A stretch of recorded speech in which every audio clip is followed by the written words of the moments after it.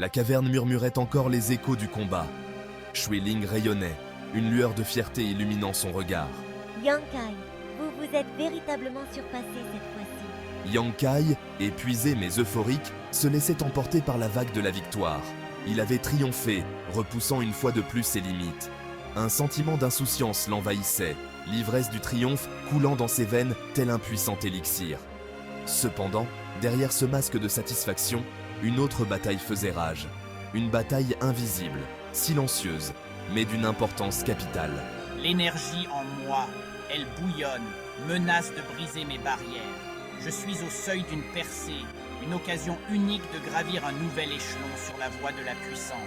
Shui Ling, avec sa sagesse ancestrale, percevait le tumulte intérieur de Yang Kai. Un froncement de sourcils marqua son front lisse. Le moment était critique, chaque étape de la cultivation était parsemée d'embûches. Un échec maintenant pourrait avoir des conséquences désastreuses. L'air crépitait autour de Yang Kai, l'énergie se condensant en une brume presque tangible. Il percevait une résistance invisible, un mur infranchissable le séparant du niveau supérieur. Chaque tentative de percer se heurtait à cette barrière intangible, le laissant épuisé et frustré. Yang Kai, je comprends votre difficulté, mais vous devez trouver votre propre voie. Je peux vous guider, vous encourager, mais cette bataille ultime, vous devez la mener seul. Shui Ling l'observait, son cœur se serrant à chaque échec de Yang Kai. Elle connaissait les dangers d'une percée forcée, les risques de déstabilisation énergétique. Pourtant, elle savait aussi qu'il était vain de lutter contre un courant d'une telle puissance. Il devait trouver son propre chemin, surmonter cet obstacle par lui-même. Le silence retomba dans la caverne, lourd de tension et d'espoir. Loin de la caverne, un groupe se déplaçait furtivement à travers la forêt dense. Ils étaient peu nombreux, mais leur allure déterminée trahissait un objectif précis.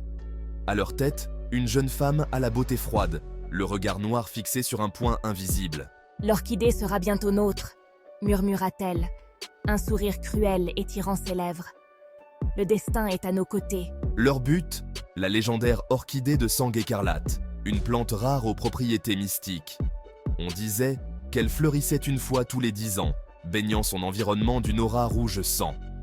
La jeune femme était prête à tout pour s'emparer de ce trésor, convaincue qu'il lui conférerait un pouvoir immense. Oui, chef, nous sommes prêts. Rien ne nous arrêtera. Ses compagnons acquiescèrent, la convoitise brillant dans leurs yeux. Ils ignoraient qu'un événement imprévu était sur le point de bouleverser leurs plans. L'énergie de Yang Kai atteignit un pic insoutenable. Il se sentait tel un volcan sur le point d'entrer en éruption. Soudain, une vague d'énergie phénoménale jaillit de lui, balayant la caverne comme un tsunami. Shui Ling dut déployer un bouclier protecteur pour ne pas être emporté. Au loin, dans la forêt, la terre trembla. La lueur rouge sang, annonciatrice de l'éclosion de l'orchidée de sang écarlate, apparut brièvement avant de s'évanouir aussi vite qu'elle était venue. Un silence de mort succéda au jaillissement d'énergie. Yang Kai, vidé mais en paix, ouvrit lentement les yeux. Il avait franchi le mur, atteint le niveau supérieur. Un sourire de satisfaction éclaira son visage, reflétant la lueur de triomphe qui brillait dans ses yeux. Un rire résonna dans la caverne, cristallin et joyeux. Shui Ling, soulagé et fier, félicitait Yang Kai pour sa percée. Vous avez été brillant. Vous avez su dompter la tempête et en êtes sorti plus fort. Yang Kai, encore faible mais radieux, remercia Shui Ling pour son soutien indéfectible. Il sentait une puissance nouvelle couler en lui, le rendant impatient de tester ses nouvelles capacités. Le monde semblait vibrer à un niveau différent, plus clair, plus intense. Merci, Shui Ling.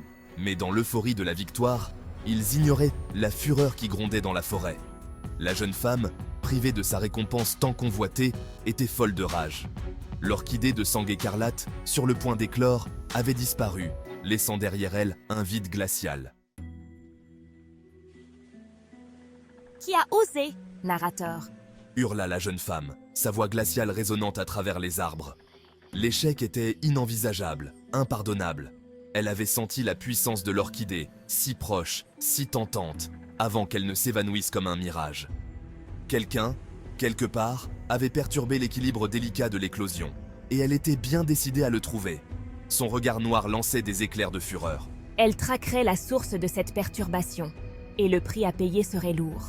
L'orchidée de sang écarlate était bien plus qu'un simple trésor. C'était un symbole de pouvoir, de domination, et nul ne volait ce qui lui était destiné sans le regretter amèrement. Ignorant la menace qui se profilait à l'horizon, Yang Kai savourait sa victoire. Il se sentait prêt à affronter les défis qui l'attendaient, plus fort, plus confiant.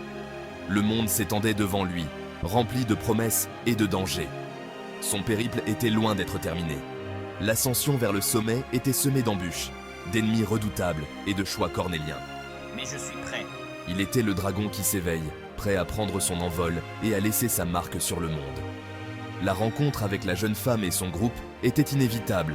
Le destin les avait placés sur une trajectoire de collision, et lorsque leurs chemins se croiseraient, le choc serait titanesque.